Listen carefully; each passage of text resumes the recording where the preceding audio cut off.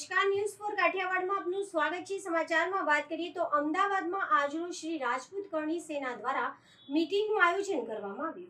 અમદાવાદમાં આજરોજ શ્રી રાજપૂત કરણી સેના દ્વારા મીટિંગ કરવામાં આવી। મીટિંગમાં હાજર શ્રી લોકેન્દ્રસિંહજી કાલવી સાહેબ તેમજ શ્રી ભરતસિંહ મેરુભા કાઠી, સોમનાથસિંહ, પ્રવીણસિંહ રાઠોડ, દિવ્યરાજસિંહ, મહેન્દ્રસિંહ ભાટી, રાકેશસિંહ કાઠી, યશપાલસિંહ ઝાલા, નટુભા પરમાર, નવીનસિંહ દેવડા, ભૂપેન્દ્રસિંહ સોઢા તેમજ સતપાલસિંહ ઝાલા હાજર રહ્યા હતા અને આવનારા દિવસોમાં અમદાવાદના GMDC ગ્રાઉન્ડમાં રાજપૂત એકતા સંમેલન કરવાની વિચારણા કરવામાં આવી હતી। श्री राजपूत करणी सेना के संस्थापक के तौर पर बहुत दिनों बाद गुजरात की राजधानी अहमदाबाद में हाजिर होने का मौका पड़ा। करणी सेना बहुत छोटी सी एक सामाजिक संस्था है। कुछ नाम है, कुछ बदनाम है, जो भी कुछ है उसमें आपका भी योगदान है। मीडिया कई बार इस तरह से महसूस कराती है कि करणी सेना कोई बहुत बड़ा तूफान है, कोई बहुत बड़ा समुंदर है, कुछ बहुत बड़ी दरिया है शांति लाने के लिए। मैं मानता हूँ एक 15 साल का छोटा सा बच्चा है। 15 साल हो गए श्री राजपूत करणी सेना को बने हुए। बहुत कुछ किया है, बहुत कुछ करने का प्रयास कर रहे हैं। और गुजरात में नवरात्रों के बाद से एकता यात्रा के नाम से एक बहुत विशाल यात्रा पूरे गुजरात के लगभग हर जिले में पहुंचने का प्रयास कर रही है। 44-45 डिग्री के टेम्परेचर में और ज्यादा तापमान बढ़ाने के लिए। और क्या मकसद है? मकसद है एकता, सभ्यता, संस्कृति, जिसके लिए जानी जाती है। अभी अगर बहुत बड़ा न हो तो जब पिछली बार हम यहाँ पर उपस्थित थे तब उन दिनों पद्मावत वाला काम बहुत जोरों से था। 4 साल पहले चुनाव के समय में हम यहाँ पर उपस्थित थे और बहुत बड़ा रामकृपा मैदान, बहुत बड़ा आयोजन विधानसभा के सामने हुआ था। कांग्रेस की तरफ से था, बीजेपी की तरफ से था। बहुत स्पष्ट कर देना चाहता हूं कि राजपूत करणी सेना न पक्ष है न विपक्ष है, निष्पक्ष है अपने समाज के प्रति। और देखते हुए 2-4 विधायक भी ऐसा बताते हैं कि श्री राजपूत करणी सेना के कारण उन्हें टिकट मिला और विधायक भी बन गए। खैर, हमें उससे कोई न तो चिंता है, हमें इस बात की चिंता जरूर है समाज का जो भी गुजरात में जिस तरह से भी योगदान रहा है उस तरह से हिस्सेदारी नहीं है। शेड्यूल कास्ट के तौर पर मान लिया जाए, कुछ शब्द कड़े ज्यादा हैं, शेड्यूल कास्ट के तौर पर मान लिया जाए राजपूत समाज को, क्षत्रिय समाज को भारतीय जनता पार्टी को वोट देता है। तौर पर मान लिया जाए, कुछ शब्द कड़े ज्यादा हैं, शेड्यूल कास्ट के तौर पर मान लिया जाए राजपूत समाज को, क्षत्रिय समाज को भारतीय जनता पार्टी को वोट देता है। आजादी के बाद पहली बार इतना मंत्रिमंडल में कम हिस्सेदारी है। क्यों? बीजेपी वाला बोल नहीं सकता, कांग्रेस वाले की कोई सुन नहीं सकता। कौन बोले? राजपूत करणी सेना बोले, बनी इसीलिए है। राजपूत करणी सेना सिर्फ राजपूत के लिए नहीं बोलती है, समाज के हर उस कमजोर तबके के लिए बोलती है। जब कभी भी, जहां कहीं भी, जैसी भी जरूरत हो। और जैसा मैंने बताया, पद्मावत के समय में बहुत कुछ हमारा नाम था, बदनाम था, जिसमें आपका भी बहुत बड़ा योगदान था। और देश को नहीं, दुनिया को महसूस कराया कि हम हैं, हमारी सुनो। और अगर नहीं सुनते हो तो हम सुनाना जानते हैं। एकता यात्रा आज उसी प्रयास में मध्य के पड़ाव में, आज सुरेंद्र नगर में एक विशाल, कल महाराणा प्रताप जयंती थी भावनगर में, आज सुरेंद्र नगर में, अहमदाबाद गांधीनगर में भी, बड़ौदा, मतलब पूरे गुजरात से। और जिस तरह से लोग उसके साथ जुड़ना चाहते हैं कि ये क्या है, क्यों है, और इसमें हमारा क्या योगदान हो सकता है, उसी में योगदान देने के लिए मैं संरक्षक के तौर पर, संस्थापक के तौर पर उपस्थित हुआ हूँ। आज विशेष तौर पर आप लोगों से अहमदाबाद में मुखातिब होने का, तब मैदान छोटा पटक दिया था। अगर 4 साल पहले की किन्हीं के पास में वीडियो है, फोटोग्राफ है, तो तब मैदान बहुत छोटा पड़ गया था विधानसभा के सामने। तब एक चर्चा चली थी कि जीएमडीसी बहुत बड़ा ग्राउंड है। मैंने देखा नहीं, आज तक देखा नहीं, पर उसको एक दिन भरने का मन जरूर है। समाज अपनी ताकत से उसको छोटा पटकने का एक प्रयास, और ये अभी क्यों, देखिए उत्तर भारत में अस्तर हमारा ज्यादा है, दक्षिण में भी है, बेंगलोर में, तमिलनाडु में, तेलंगाना में भी बड़े कार्यक्रम हो चुके हैं। और ये चुनाव का साल है। अभी जब मैं 5-4 दिन पहले यूपी में घूम रहा था, तो पूछा था मकसद क्या है आपका इन सबसे। मैंने कहा राष्ट्रपति चुनाव करना है। राष्ट्रपति चुनाव तो आप न कांग्रेस है, न बीजेपी है, न करनी सेना कैसे लड़ा सकती है, तो फिर इस राजनीति के अलावा कुछ और नहीं सोच सकते क्या। पर इतना जरूर चाहते हैं, जिसकी जात को जितनी भारी उसकी उतनी हिस्सेदार। राजनाथ सिंह जी का दावा है ये सामने, और हम चाहते हैं कि हमारा जितना योगदान है उतनी हमारी हिस्सेदारी भी हो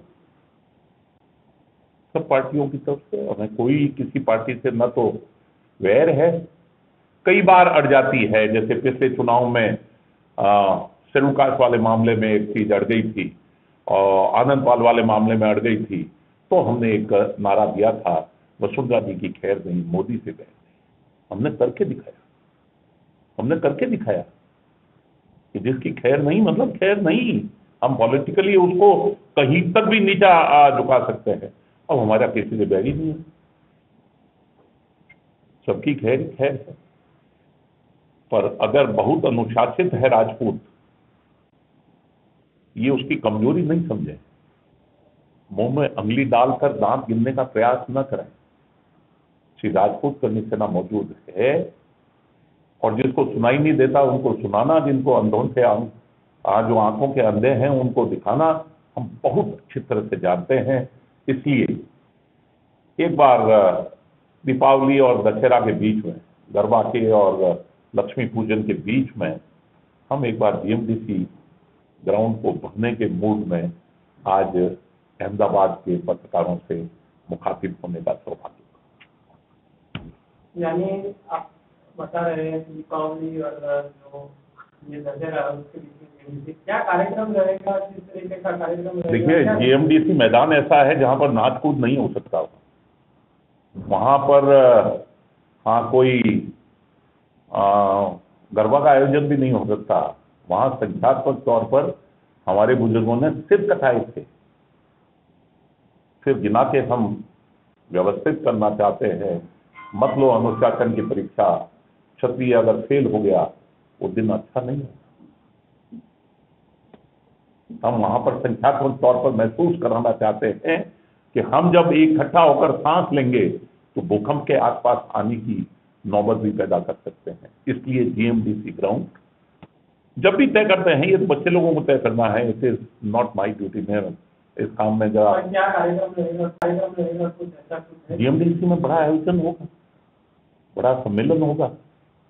किस मुद्दे को लेकर हम हमारी संख्यात्मक तौर पर हमारी ताकत महसूस कराना चाहते हैं, सामाजिक तौर पर, प्रशासनिक तौर पर, राजनीतिक तौर पर, जिस किसी तौर पर कोई समझना चाहे।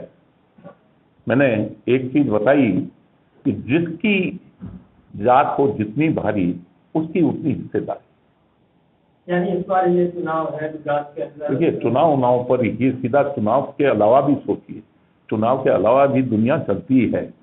हम चुनाव नहीं, मैं सरपंच नहीं हूँ, मेरे साथ के बहुत से लोग ग्राम प्रधान या ब्लॉक प्रमुख या जिला प्रमुख हैं, मैं नहीं हूँ।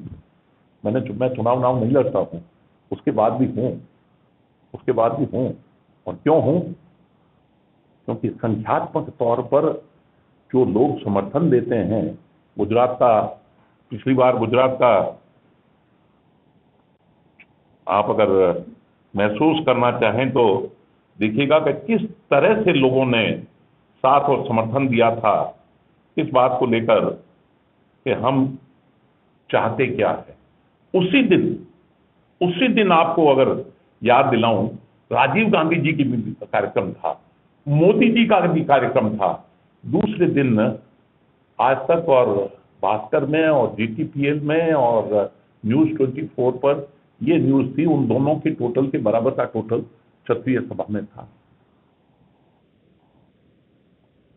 मैं तो कह रहा हूं ना, अभी हम दुर्भाग्यशाली है कि आजादी के बाद पहली बार सिर्फ 2 राजपूत हैं जो यहाँ मिनिस्ट्री में हैं।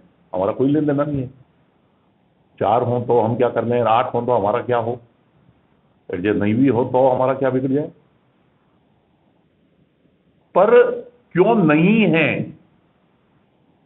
इसलिए कि शायद हम थोड़ा सा चुप थे, अब हम चुप्पी तोड़ने के लिए हम उपस्थित हैं। यानी राष्ट्रपति की हिस्सेदारी इसमें बड़े गुजरात के अंदर सब जगह, हर जगह, हर क्षेत्र में, हर जगह, हर क्षेत्र में बढ़े, इसी चीज के लिए हम प्रयासरत हैं। देखिए, राजपूत करनी सेना 50 साल से कम उम्र के बच्चों को ही पद देती है। हम जैसे संरक्षक हैं, संस्थापक हैं, हम लोग अलग हैं, हम बेरोजगार हैं, पर बच्चे लोग जो 50 साल से कम उम्र के हैं और जो नॉन पॉलिटिकल हैं, अगर किसी को राजनीति करनी है, विधायक, सांसद या उस लेवल पर किसी को, जिला प्रमुख लेवल पर अगर किसी को जाना है, करनी सेना का पद उसको छोड़ दो। लगता है आपको कि गुजरात के अंदर हम जैसे संरक्षक हैं, संस्थापक हैं, हम लोग अलग हैं, हम बेरोजगार हैं, पर बच्चे लोग जो 50 साल से कम उम्र के हैं और जो नॉन पॉलिटिकल हैं, अगर किसी को राजनीति करनी है, विधायक, सांसद या उस लेवल पर किसी को, जिला प्रमुख लेवल पर अगर किसी को जाना है, करनी सेना का पद उसको छोड़ दो। लगता है आपको कि गुजरात के अंदर राजपूतों की जो है हिस्सेदारी कम है, हर एक जगह कोई भी नहीं, देखिए, हर जगह नहीं है, ये तो अभी महसूस हुआ है। अभी चौडार पांजी जी, प्रदीप जी, सारे जने थे, कहीं पर महसूस नहीं करी, अभी महसूस हुआ कि यार आदमी कुछ कम नहीं है क्या, मिनिस्ट्री में कुछ कम नहीं है क्या। यानी राजनीति में गुजरात विधानसभा के अंदर राजपूतों की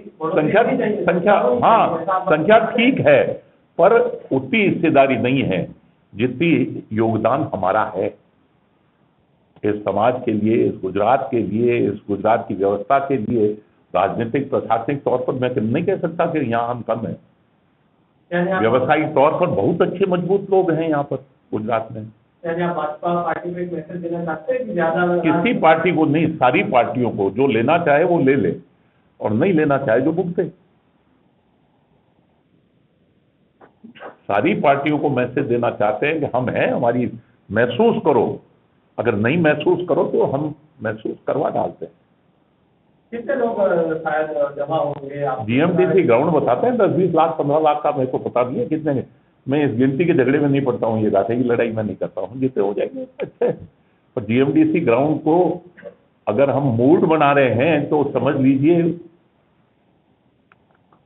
यानी आपने जो पाटीदारों ने जो आंदोलन, अब देखिए किसने क्या करा, वो देखिए, हम किसी से बराबर नहीं होना चाहते हैं, हम हमसे बराबर होना चाहते हैं।